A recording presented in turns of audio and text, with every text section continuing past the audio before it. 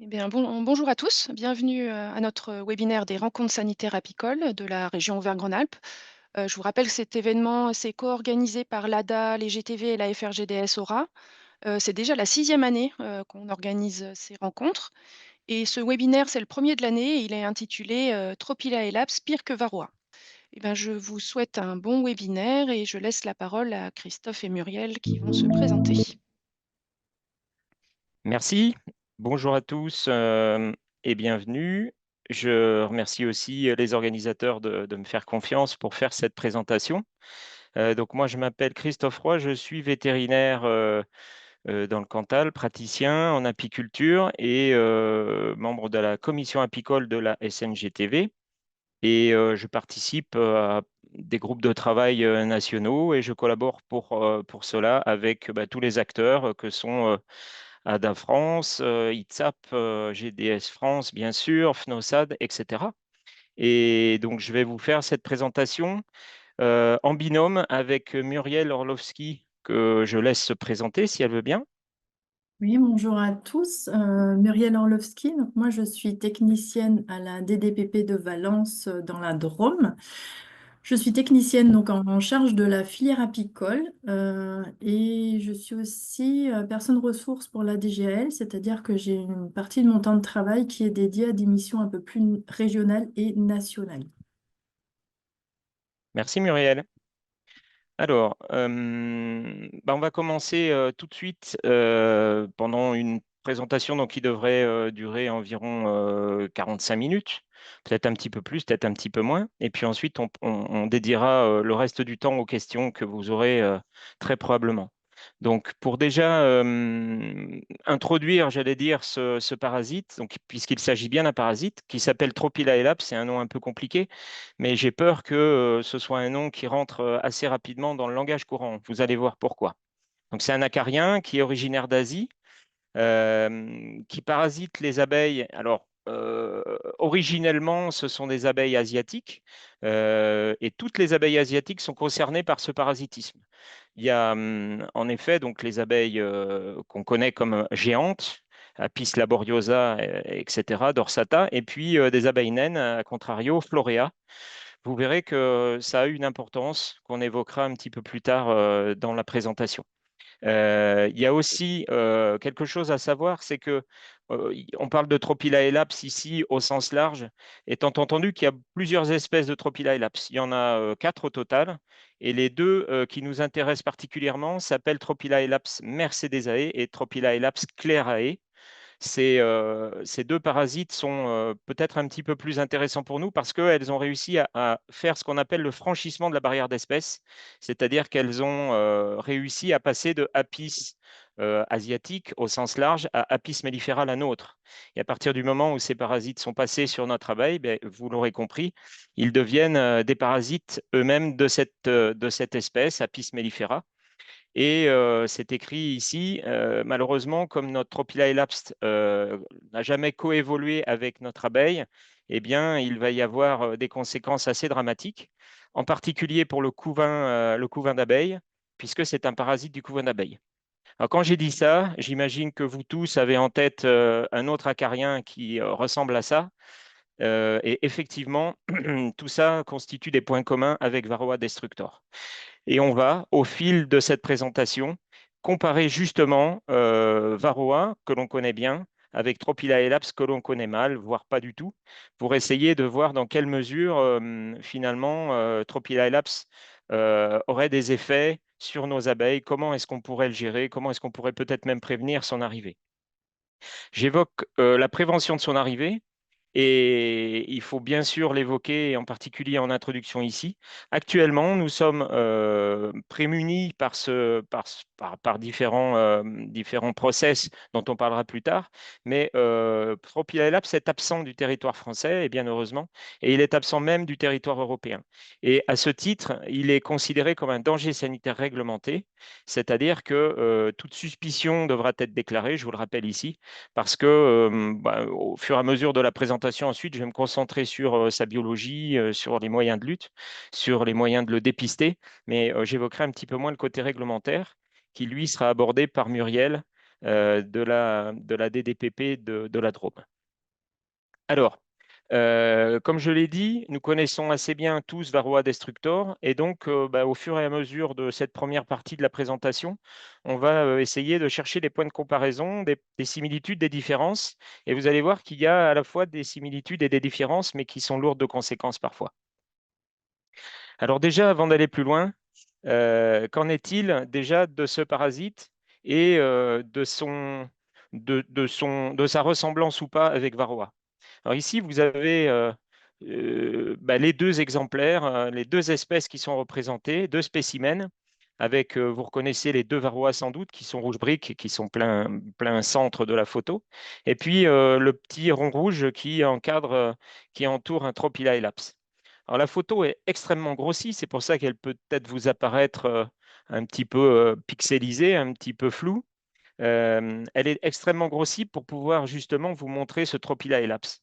Parce qu'en effet, il est un petit peu plus petit que Varroa. Varroa, on sait qu'il fait entre 1 et 2 mm de long de large, tandis que Tropila elaps, c'est plutôt 0,5 mm à 1 mm. Donc il est plus petit que Varroa. C'est un premier point extrêmement important. Il a aussi une autre particularité, contrairement à Varroa, même pour les formes matures, il apparaît beaucoup plus clair que Varroa. Varroa apparaît rouge brique parce qu'il contient de la mélanine. Il est préparé, j'allais dire, pour faire des bains de soleil en se protégeant par cette mélanine, tandis que Tropila elaps, lui, n'est pas un acarien prêt et pensé, j'allais dire. La nature ne l'a pas pensé pour s'exposer au soleil. Et c'est logique, vous allez voir que sa vie est d'abord, et en particulier intracouvain, donc à l'abri de la lumière. Et c'est pour ça qu'il n'est pas mélanisé et donc avec la chitine, il n'apparaît pas aussi brun foncé. Ça aura là encore des conséquences, vous vous en doutez bien. Et je dirais, pour faire une caricature assez rapide, qu'il apparaît plus comme une poussière sur une larve ou sur un varroa ou sur une abeille que comme varroa apparaît comme un point clairement visible. Ensuite, si l'on veut comparer vraiment et toujours avec varroa, il faut avoir conscience que son déplacement et son agilité est très supérieure à celle de varroa. Il va y avoir deux vidéos dans cette présentation. J'espère que vous pourrez les visualiser à vitesse réelle sans qu'elles soient hachées par le débit. Ici, en voilà une première que je vais lancer et qui présente à la fois des varroas qui se déplacent sur des larves et à la fois les Tropila elaps. Ça permet aussi de poursuivre en quelque sorte l'imprégnation mentale là, pour se souvenir et notre mémoire pour se souvenir de son aspect et des différences par rapport à varroa. Je le repasse la vidéo. Vous voyez d'abord qu'ils sont plus nombreux que varroa ici sur cette diapositive vidéo et qui sont plus clairs et qui se déplacent peut-être un peu plus fréquemment. Je pense toutefois que cette vidéo n'est pas représentative de leur vitesse de déplacement et de leur agilité. Et vous verrez dans une seconde vidéo un petit peu plus tard que cette vitesse est bien plus importante que ce qu'elle est ici. Mais c'est en guise d'introduction que je vous présentais cette diapositive et cette vidéo où l'on peut voir finalement un déplacement plutôt modeste. Mais encore une fois, on le verra beaucoup plus vite sur une autre diapositive, au point qu'il est très difficile à repérer, comme vous le verrez. Alors, je vais continuer la comparaison en évoquant la reproduction. Alors, là aussi, si l'on compare avec Varroa, on a beaucoup de similitudes, mais aussi des différences. À savoir, retenez bien que c'est un parasite du couvain d'abeilles et qu'il y trouve là le lieu de sa reproduction.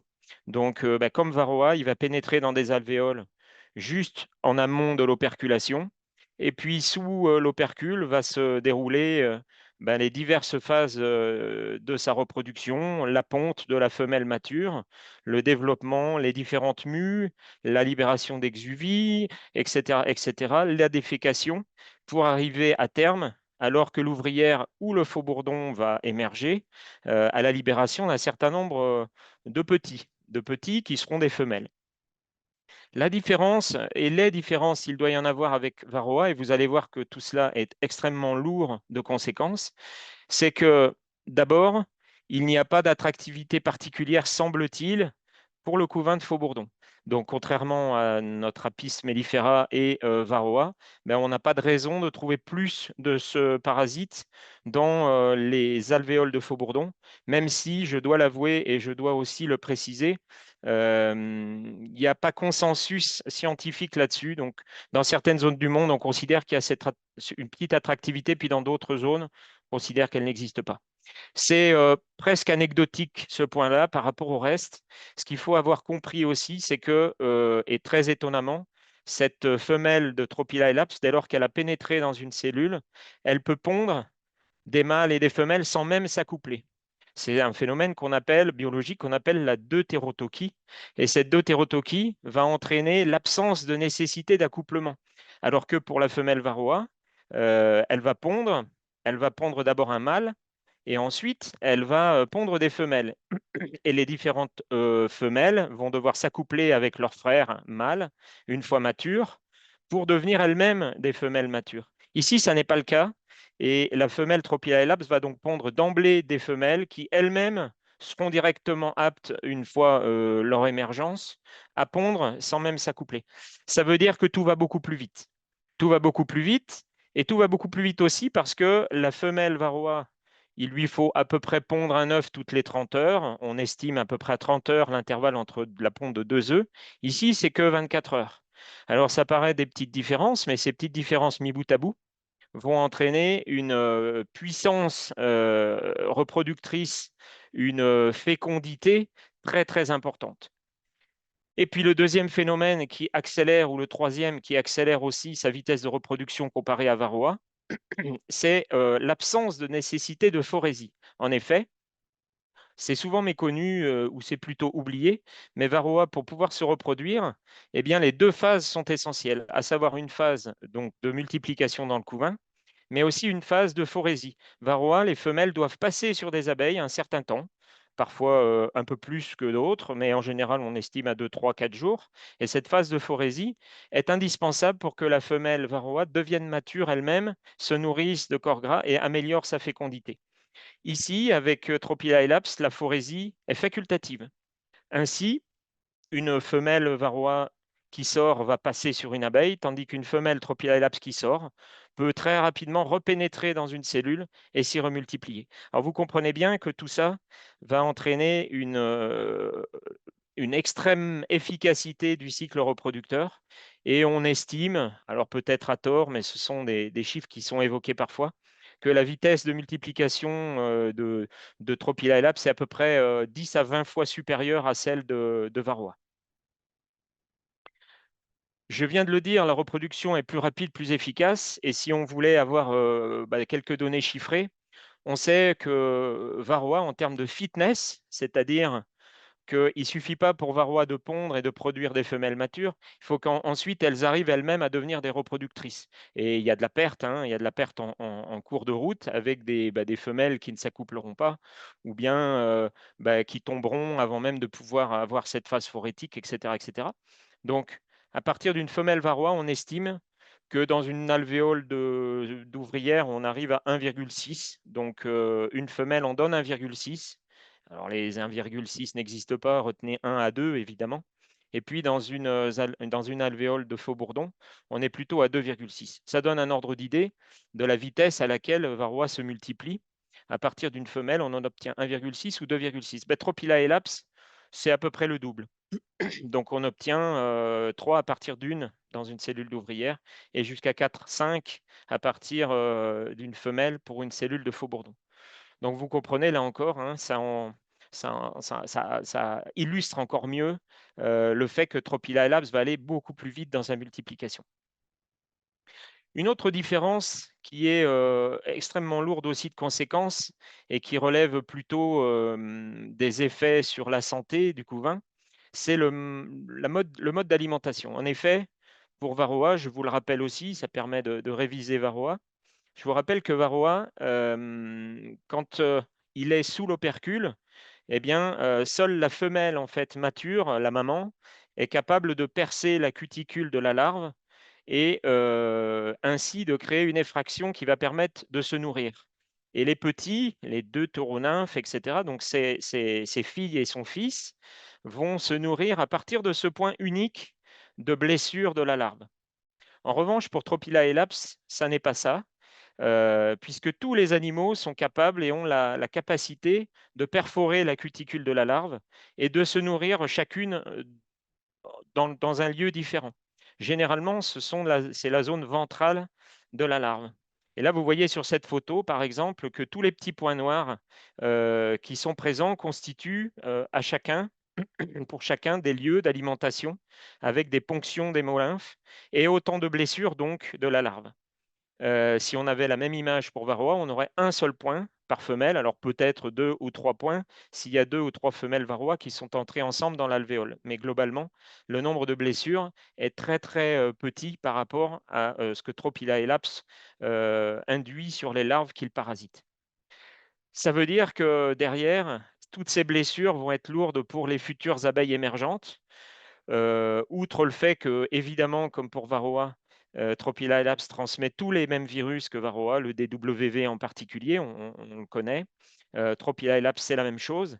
Mais en plus, on aura ces blessures physiques, anatomiques, qui vont écourter l'espérance de vie de la future émergente, et puis qui vont constituer des blessures anatomiques avec des morphologies anormales. Je profite de cet endroit pour vous signaler qu'il y a aussi une survie, et ça pourrait être un point positif, en tout cas je le croyais autrefois. Autant Varroa est capable de se nourrir sur une abeille adulte en perçant sa cuticule, autant Tropila elaps n'en est pas capable. Ça veut dire qu'il se nourrit uniquement sur les larves et donc dans le couvain, et que finalement, si on lui retire ce couvain, il n'est pas capable de survivre bien longtemps. On voit pointer ici, tout doucement, une méthode de lutte possible contre Tropila elaps, mais attention, autant cette vérité absolue l'est pour ses hôtes originaux, c'est-à-dire asiatiques. Et effectivement, en Asie, dès lors que Tropila elaps n'est plus dans du couvain d'abeilles, il a une espérance de vie de 24 heures, 48 heures tout au plus. C'est un petit peu différent chez notre abeille, sans qu'on sache exactement pourquoi, mais en gros, au bout de 5 jours, sans couvain, on retrouve quand même et encore 15% des Tropila elaps initialement présents. Et de la même manière, on peut avoir une survie sur du couvain mort qui peut aller jusqu'à 7 à 8 jours, y compris quelques jours sur des rayons de miel. Et donc, même si son mode d'alimentation paraît exclusivement larvaire, il y a une survie possible hors couvain, même si elle est relativement courte. Alors, le dernier point de comparaison que je m'autorise avec Varroa, c'est la maladie et les conséquences de ce parasitisme. On appelle ça de la même manière qu'on appelle la maladie conséquente de Varroa la varroose. Bien là, on parlera de tropilaélose. Et en fait, on a très peu de différences cliniques. Et si vous avez du varroa dans votre colonie, vous avez peut-être déjà observé ce couvain en mosaïque, ces opercules percés, des émergentes qui meurent avec la langue dehors, du cannibalisme parfois, etc., etc. Et bien sûr, des abeilles aux ailes déformées. Je pense que vous ne verrez pas de différence avec la tropilaélose. La principale conséquence, et c'est lié à ce que j'ai dit précédemment, c'est que le parasitisme sur le couvain est très important. On estime à 90% le nombre de cellules qui sont parasitées très rapidement, alors que Varroa met plus de temps. On estime aussi que sur ce couvain parasité, au moins la moitié est déjà mort. Donc les cellules meurent, les alvéoles et les nymphes, les larves et les nymphes qui sont dans les alvéoles meurent beaucoup plus vite et en beaucoup plus grand nombre. Et finalement, la conséquence, ça va être que cette varroose-like, cette tropilaélose, va entraîner la mort du couvain en un temps record par rapport à Varroa. Et puis, je profite aussi de ce moment pour dire que c'est pas parce qu'il y a une présence de Tropila elaps que Varroa est pour autant disparu. Et en Europe, bien sûr, on a Varroa sur tout notre continent. Et si Tropila elaps venait chez nous, il ne ferait que s'ajouter aux troubles induits par Varroa. Donc il faut imaginer un mix Trophilaelose varroose, qui se ressemblent, mais qui, eux deux, formeraient très certainement et sans aucun doute une association de malfaiteurs avec des conséquences très délétères sur nos colonies. Voilà. Je dirais que je vous ai dressé déjà le portrait un petit peu et le profil de ce parasite, qui n'est pas un profil très rassurant. J'imagine, vous en êtes convaincu comme moi. Et puis, vous allez voir que les choses deviennent compliquées également ensuite pour lutter contre ce parasite et puis déjà pour le dépister. Et donc, je vais évoquer le dépistage. Je profite aussi de cette diapositive pour vous indiquer que je ne parlerai que de dépistage et vous le verrez, ou peut-être ces questions vous tarauderont. On n'évoquera pas le seuil comme on peut le faire avec Varroa, en indiquant par exemple qu'à partir de tant de parasites à tel moment de l'année, il faut s'en inquiéter. Alors, je ne vais pas évoquer ces seuils pour plusieurs raisons. La première chose, c'est que on n'en est pas là. On n'en est pas là. En Europe et en France, ben, on n'a pas de Tropila elaps, donc la question n'est pas de savoir comment vivre avec et jusqu'à quel point les colonies tolèrent ce parasite, mais on en est à le dépister. Donc le moindre parasite, ça nous intéresse et ça susciterait derrière une suspicion et une déclaration. Ensuite, il faut savoir qu'un certain nombre de parasites exotiques, comme les Tropila elaps, peuvent avoir un comportement biologique qui diffère entre sa zone initiale, originelle, là où il vit depuis des milliers, des millions d'années, et puis une zone qu'il vient juste d'envahir. Ainsi, on ne connaît pas très bien encore son comportement s'il venait arriver chez nous. Et donc, parler de seuil, c'est extrêmement prématuré. Et aujourd'hui, on est incapable d'évoquer ce type de données.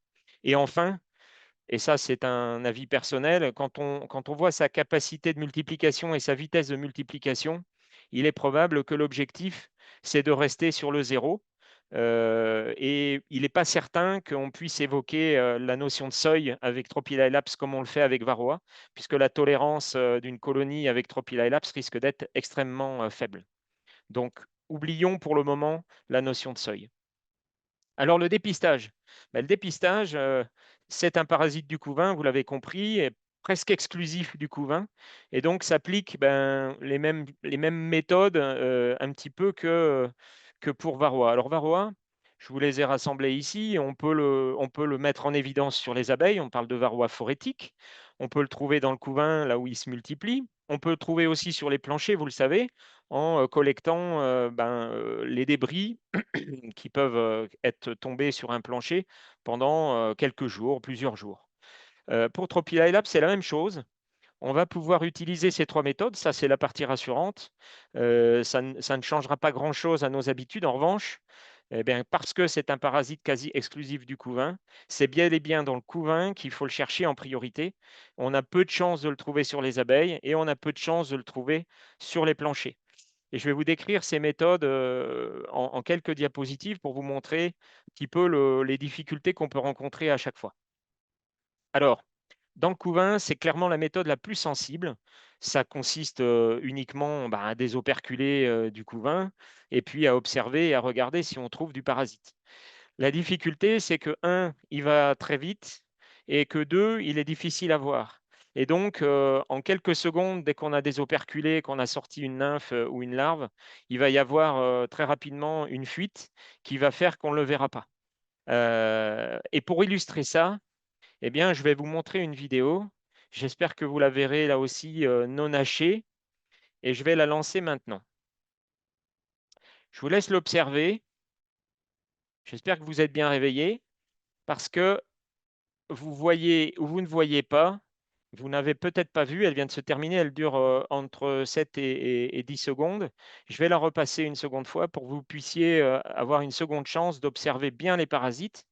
Vous voyez comme des fines poussières qui se déplacent le long des alvéoles sur le cadre. Il y en a plusieurs, il y en a, je vais le repasser une troisième fois, il y en a à peu près 7 ou 8 qui se déplacent à l'écran.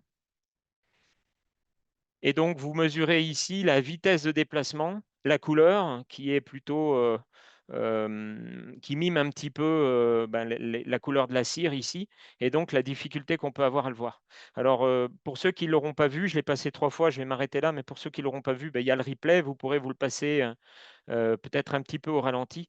Mais ça, c'est la vitesse réelle, et donc c'est la vitesse à laquelle le Tropilailaps se déplace, et on voit combien il est agile.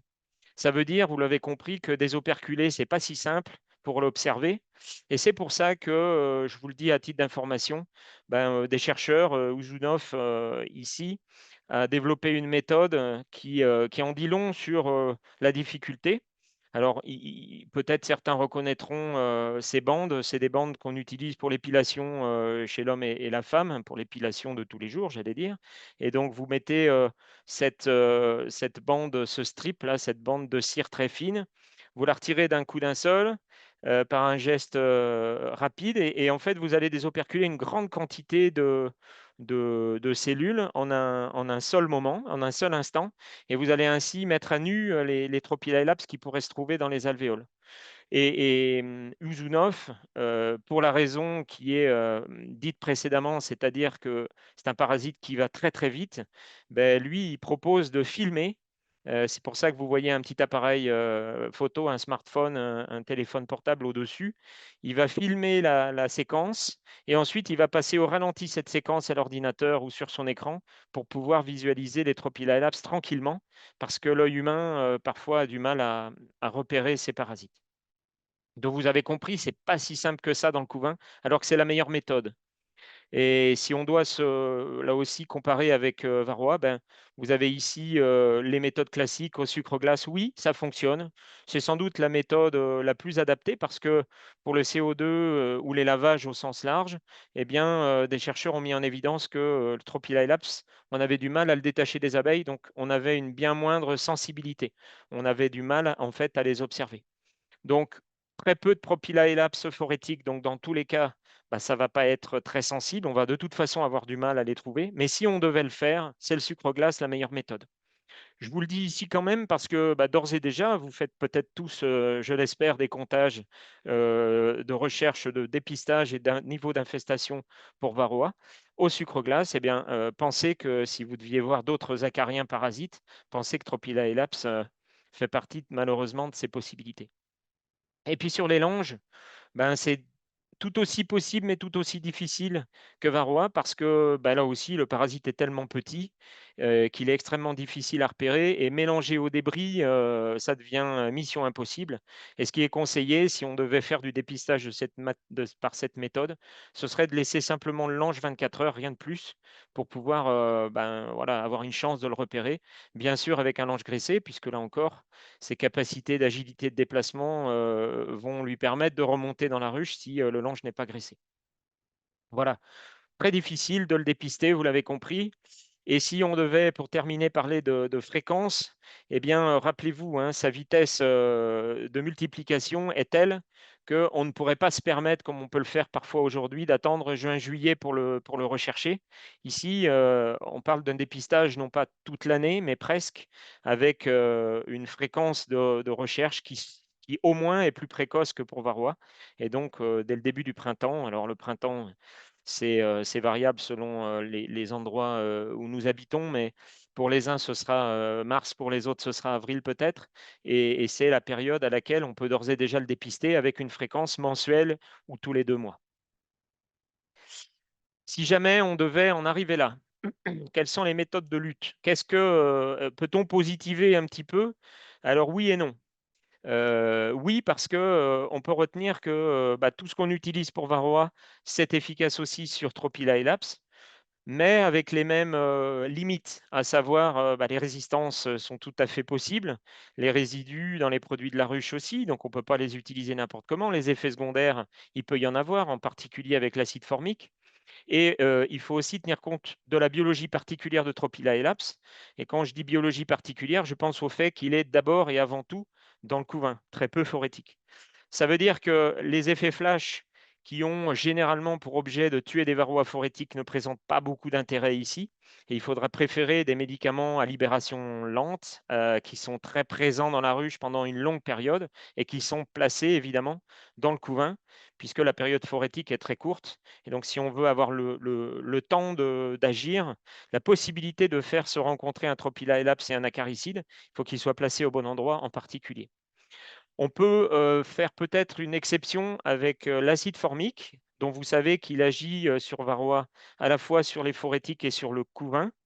C'est valable aussi pour Tropila elaps, mais il faut aussi avoir en tête que il y a des effets secondaires, il y a des conditions d'utilisation qui font que tous les moments de l'année ne le permettent pas et que il y a des zones de France où il fait tellement chaud que ça rend difficile aussi son usage. Ça veut dire qu'il va falloir utiliser des médicaments probablement à action longue, probablement souvent dans l'année. Et vous voyez poindre ici la difficulté qui va se poser avec les résidus dans les produits de la ruche, le fait qu'on ne peut pas toujours faire des traitements intermiellés. Et clairement, ça va bouleverser sans aucun doute nos façons de gérer le parasitisme. Et varroa va sans doute à ce moment-là devenir presque un peut-être un parasite secondaire dans nos préoccupations. Pour ce qui est des méthodes biotechniques, elles sont séduisantes a priori, puisque je vous ai dit que c'est un parasite du couvain. Donc, si on retire le couvain, eh bien, on s'épargne un petit peu la tropilaélose. Alors, c'est plus ou moins vrai. Donc, bon, je l'ai déjà dit, mais le couvain de mâle, espérer gérer Tropila elaps en retirant le couvain de mâle seulement, ça ne fonctionnera pas. C'est insuffisant. Et supprimer le couvain par des méthodes en cagement de reine ou le retirer, le griffer, effectivement, on aura une efficacité plus importante, mais on ne peut pas faire ça toute l'année, vous l'avez compris. Et donc, en cas d'infestation précoce au printemps, eh bien, ça voudra dire sauver la colonie ou sauver la production, mais on ne pourra pas avoir un mix des deux. Ça voudra dire aussi que ce n'est pas la méthode parfaite, puisque vous l'avez peut-être gardé en tête ce que j'ai dit tout à l'heure, mais on a une survie hors couvain qui peut atteindre 4, 5, 6 jours. Et donc, enlever le couvain, ça veut dire, certes, mettre les parasites un petit peu à nu, mais il faudra l'accompagner d'une méthode de traitement des parasites phorétiques. Et puis, pour les mêmes raisons que varroa, ben, il faudra penser collectif et raisonner à l'échelle de toutes les colonies d'une même zone. Mais c'est un choix personnel assez difficile de retirer le couvain. Donc l'imposer à une collectivité entre les apiculteurs de loisirs et les apiculteurs professionnels, ceux dont l'idée d'éliminer du couvain est un non-sens en termes de bien-être ou de respect de l'abeille, tout cela va rendre difficile une lutte collective basée sur la suppression de couvain sur une grande échelle. Par conséquent, mieux vaut prévenir que d'agir. Évidemment, c'est encore plus vrai avec Tropila elaps que pour varroa. Je vais faire une petite introduction rapide de la partie réglementaire de Muriel pour vous rappeler que les méthodes de diffusion ou de dispersion du parasite entre ruchers sont les mêmes que pour varroa, donc les essaims, les partages, les déplacements d'animaux, les divisions, etc. Et que la question aujourd'hui, elle est plutôt de se protéger à une échelle nationale avant même de se protéger entre nous les uns des autres. Je m'autorise juste un retour en arrière parce que l'apiculture, on vieillit tous, mais il y a des renouvellements de génération et probablement certains d'entre nous ont oublié ou ignorent comment ça s'est passé pour varroa. Pour varroa, eh bien, c'est à peu près la même histoire, à savoir c'est un parasite d'Asie, des abeilles asiatiques qui finalement a franchi la barrière d'espèce, est allé sur notre Apis mellifera, et puis les mouvements animaux, les déplacements humains ont fait se rapprocher ce parasite tout doucement de l'Europe jusqu'à envahir le monde entier. Et depuis 2022, même l'Australie qui se croyait protégée par les mers et océans qui l'entourent. Si on raisonne toujours sur cette historique varroa et si on ajoute un délai chronologique, eh bien, on voit que dès lors que varroa est arrivé à l'est de l'Europe, il a mis 10 ans seulement à coloniser l'Europe entière, et c'était dans les années 70. Et donc aujourd'hui, eh bien, on peut se poser la question de la vitesse de déplacement de ce parasite par bien sûr les déplacements humains qui le favorisent et les déplacements de matériel.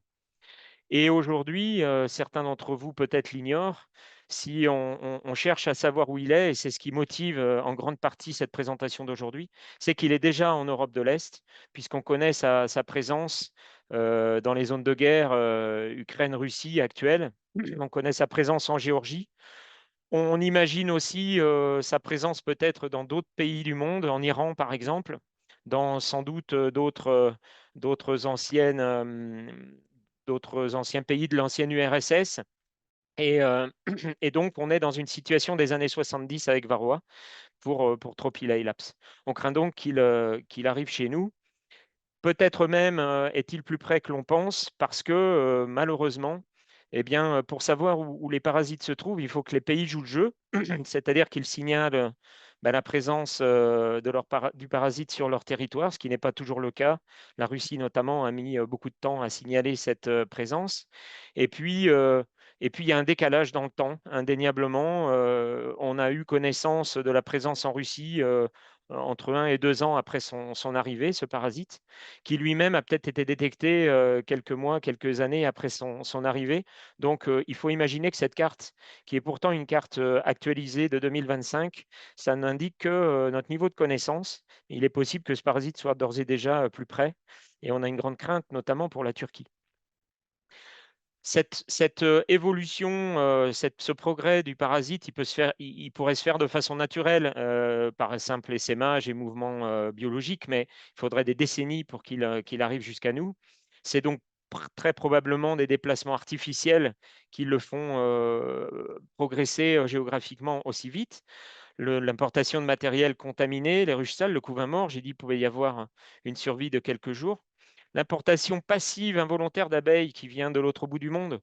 On a eu cette expérience par Apis florea, je l'ai évoqué au tout début de ma présentation, qui elle-même héberge Trophilaelaps, c'est l'abeille naine. Et on a d'ores et déjà eu 3 expériences. En 2022, il y en a eu 2. Avec un essaim d'Apis florea qui est arrivé au Royaume-Uni, un autre dans le port de Gênes, puis en 2024, beaucoup plus connu et documenté à Malte, où Apis florea non seulement était sans doute arrivé par un bateau, mais en plus s'était installé avec une production cirière et un vrai début d'installation avec de la ponte. Et ces essaims ont été détectés très précocement, empêchant, on l'espère et on l'imagine, d'introduire ce Trophilaelaps, mais vous voyez que on peut imaginer des modalités d'introduction en Europe qui sont finalement indépendantes de sa simple proximité géographique. Et puis évidemment, tous les échanges d'animaux peuvent être susceptibles de présenter des dangers. Et je vais laisser la parole à Muriel. Oui, merci. Tout d'abord, pour commencer, je vais rappeler un petit peu ce que Christophe a évoqué au tout début de la présentation, c'est-à-dire que Trophilaelaps, en fait, est une maladie réglementée. Actuellement, nous avons une soixantaine de maladies réglementées au niveau européen et gérées par la loi de santé animale.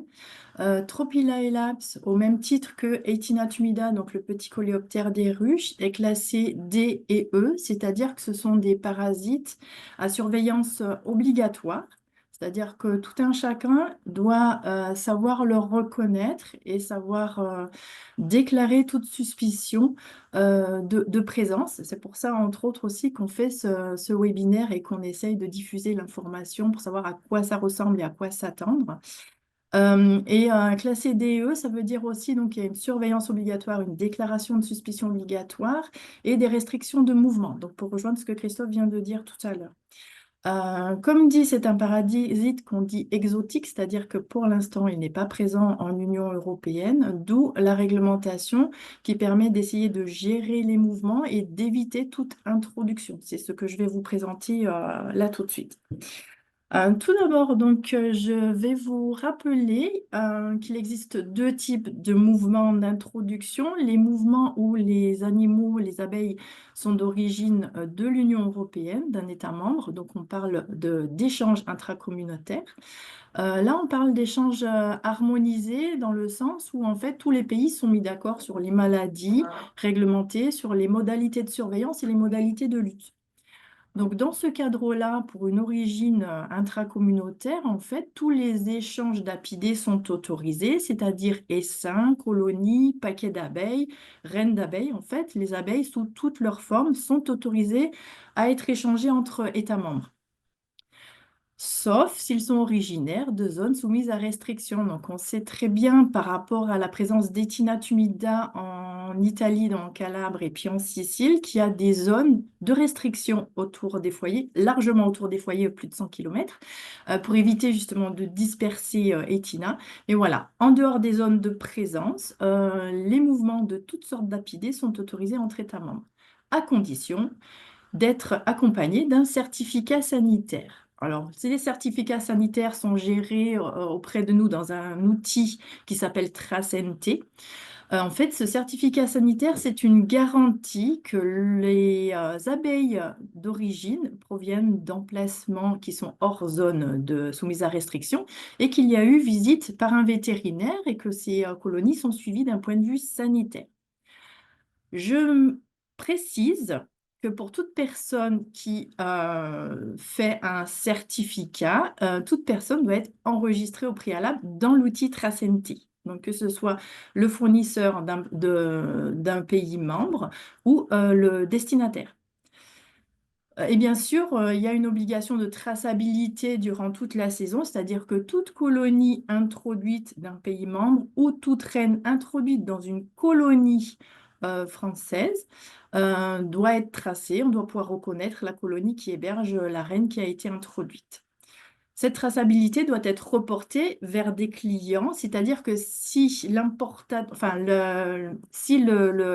personne qui a introduit des rennes, par exemple, de pays d'Union européenne, revend ces rennes-là, il faut que la traçabilité soit reportée aussi vers les clients. On va passer aux importations. Donc là, on parle d'importation à partir du moment où on introduit des animaux d'origine pays tiers, donc tout ce qui est hors Union européenne. Alors là, il n'y a pas d'accord communautaire. En fait, c'est des accords bilatéraux entre le pays d'origine et le pays qui reçoit. Donc, c'est vraiment des accords État à État. Donc, en fait, ces accords peuvent être modulés et varier dans le temps. Donc, à chaque fois qu'on est intéressé par une importation, il faudra se renseigner sur les obligations réglementaires. Il faut savoir aussi que les conditions sont beaucoup plus restreintes puisqu'on ne peut importer, donc d'origine pays tiers, que des rennes avec au maximum 20 accompagnatrices. Donc, c'est dans les petites cagettes qu'on voit sur les diapositives. Voilà, on ne peut pas introduire d'autres apidés que sous la forme d'une reine avec ses accompagnatrices. Il y a aussi obligation d'accompagner le mouvement avec un certificat sanitaire, ce qui implique également que l'État d'origine en fait garantit l'absence de maladies réglementées dans la zone de production des rennes et aussi qu'il y a eu une visite sanitaire par un vétérinaire. Et l'outil de gestion de ces mouvements-là, c'est aussi TraceNT, donc il faut aussi que les apiculteurs intéressés par les importations soient enregistrés au préalable avant l'édition du certificat dans l'outil TraceNT. Par contre, ça se complique un petit peu dans le sens où au poste de contrôle frontalier, le PCF, c'est-à-dire le premier point d'entrée en Union européenne, il y a un contrôle qui est fait par des collègues qui contrôlent le certificat, qui contrôlent la nature des animaux importés et qui contrôlent en fait le nombre, si c'est bien des rennes, l'origine, etc. Et c'est à ce moment-là qu'on enregistre dans TraceNT le certificat qui vient d'un autre pays tiers. Ensuite, une autre obligation qui diffère des échanges intracommunautaires, c'est qu'au lieu de destination, donc l'importateur doit faire un contrôle visuel de toutes les rennes. Donc chaque reine est déboîtée, chaque reine est récupérée placées dans une boîte avec des accompagnatrices locales produites localement. Et toutes les accompagnatrices qui accompagnent les rennes et toutes les cages et tout le matériel est donc anesthésié et envoyé à un laboratoire pour analyse. C'est une obligation. Tous les lots, toutes les rennes importées, en fait, on ne récupère que les rennes et tout le matériel et les accompagnatrices sont analysés. Et bien sûr, il y a une obligation de traçabilité voilà, chez l'apiculteur qui réceptionne ces rennes. Il faut pouvoir identifier chaque colonie qui accueille ces rennes-là, ou chez lui ou chez ses clients. Donc voilà un petit peu les règles de mouvement. Donc on tenait à vous faire cette présentation-là, puisqu'en fait tout le monde peut être concerné par ces risques liés aux introductions ou aux importations. En fait, tout apiculteur, alors Auvergne-Rhône-Alpes ou français, en fait, peut être amené soit à introduire lui-même, à acheter de l'extérieur pour différents motifs, hein. On est tous plus ou moins confrontés dans une carrière à un problème de dépeuplement ou d'agrandissement ou à une recherche d'amélioration génétique ou autre. Et en fait, c'est très, très, très facilité par Internet maintenant, tous ces mouvements, puisque bon, j'ai mis 2, 3 copies d'écran, mais en fait, en 2 minutes sur Internet, on trouve plein de choses. Il faut savoir que c'est pas parce que c'est sur Internet, et bon, vous le savez, hein, c'est pas que pour l'apiculture que c'est vrai, mais c'est pas parce que c'est sur Internet que tout est conforme au niveau de la réglementation. Il faut bien être vigilant à avoir le certificat sanitaire. C'est vraiment important. On peut effectivement introduire ou faire des importations, mais dans les règles avec ce certificat. Euh, Vous pouvez aussi trouver toutes sortes d'informations si vous êtes intéressé ou si vous voulez voilà, vous documenter sur le site de France Agrimaire, puisqu'en fait c'est un organisme vers lequel le ministère de l'Agriculture délègue en fait tout ce qui est économie européenne ou pays tiers. Donc en fait il y a beaucoup d'informations et de tutos sur France Agrimaire voilà, pour avoir de la documentation. Moi, j'insiste vraiment qu'en fait, tout apiculteur est concerné et que la règle primordiale, ça va être vraiment d'avoir ce certificat sanitaire pour avoir toutes les garanties nécessaires. Et s'il y a besoin d'informations, vous pouvez aussi contacter la DDPPV de votre département. Voilà, on peut aussi vous aider ou vous expliquer comment fonctionne la certification et quelles sont les règles sanitaires, surtout par rapport aux importations, pour savoir un petit peu comment avoir les renseignements. Quand je dis tout le monde est concerné, j'ai réussi à avoir des données au niveau des importations. Donc ça, c'est la carte de gauche et des mouvements intracommunautaires depuis 2022 en APIDé pour la région Auvergne-Rhône-Alpes. Donc ça concerne tout ce qui est rentré en région Auvergne-Rhône-Alpes. Donc on voit qu'on est concerné par des importations. Alors, les chiffres entre les parenthèses, si vous arrivez à les voir, parce que c'est peut-être un peu petit, c'est le nombre de certificats. Donc, ces certificats peuvent couvrir aussi bien 10 rennes ou 10 essaims que 100, 200, 300, voire plus. Voilà, donc j'ai pas en nombre d'animaux, j'ai en nombre de certificats. Et donc, vous voyez bien qu'en fait, il y a de multiples origines et je n'ai pas mis, parce que c'est un petit peu petit sur cette carte, mais en fait, il y a de multiples destinations puisque tous les départements Auvergne-Rhône-Alpes sont concernés et il y a aussi bien en importation qu'en échange intracommunautaire énormément de destinataires au niveau de notre territoire. Voilà, juste pour faire un parallèle avec la carte que Christophe a montrée tout à l'heure, effectivement, les risques d'introduction, comme Christophe l'a dit, ça ne va pas forcément se faire de proche en proche. Voilà, le Tropicalae c'est encore bien loin. Les risques vont vraiment être liés à l'homme et aux importations et aux mouvements liés à l'homme. Donc, voilà, il faudra être très vigilants tous et essayer de diffuser toutes les informations que vous avez là aujourd'hui aussi auprès des collègues qui n'ont pas pu assister à ce webinaire pour avoir les bonnes informations. Merci Muriel, merci beaucoup. C'est important, je pense, de garder en tête les risques qui sont inhérents aux importations. On a bien vu qu'il Il y avait du passif possiblement avec des bateaux qui pourraient porter des essaims sans le savoir. On a vu aussi, on a vu aussi que on travaille ou on échange beaucoup avec à l'international dans l'Union européenne particulièrement.